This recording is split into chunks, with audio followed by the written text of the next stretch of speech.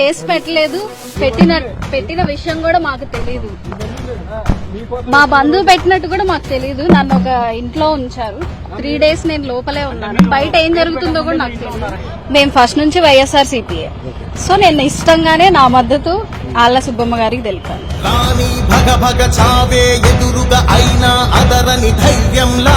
లక్ష్యం మరువక పంతం విడువక యుద్ధం గెలిచెను సైన్యంలా కార్యకర్తల త్యాగాలే